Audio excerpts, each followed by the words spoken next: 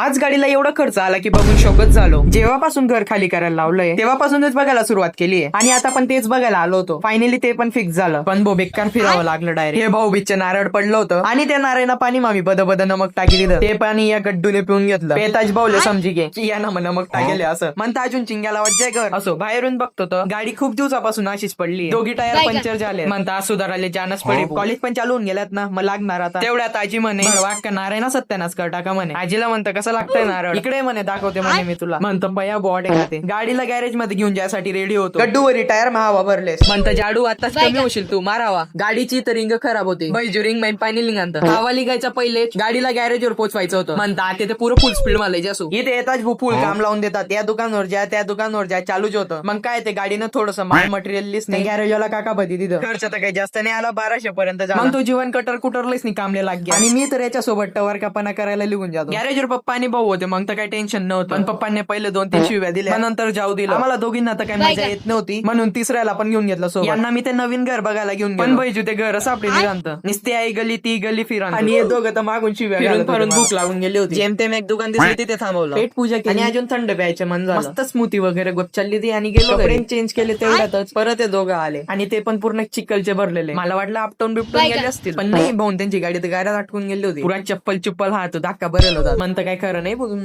चला भाऊ हे तर चालले आता घरी. आपण पण भेटून नेक्स्ट ब्लॉग मध्ये.